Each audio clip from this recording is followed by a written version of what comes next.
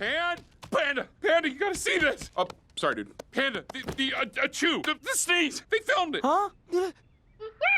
It's huge. It's trending all over the internet. People think you're the cutest thing ever. Ice Bear is proud of you. But I don't want to be the cutest thing on the internet. I don't want to be known for this. This isn't who I am.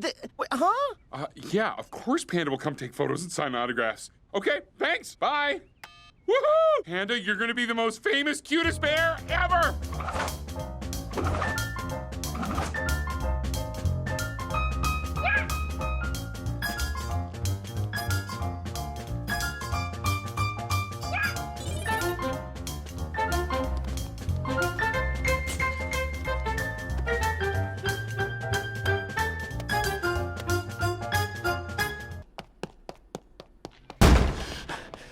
Excuse me, sir? There's... Wait.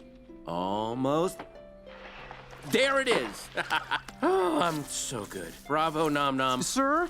Something's... It's all about the subtlety. Can't just throw the cute into people's faces. Sir, something's trending. What are you going on about? It's the top video today, sir. The views are off the charts. I didn't release a new video today. You didn't, sir.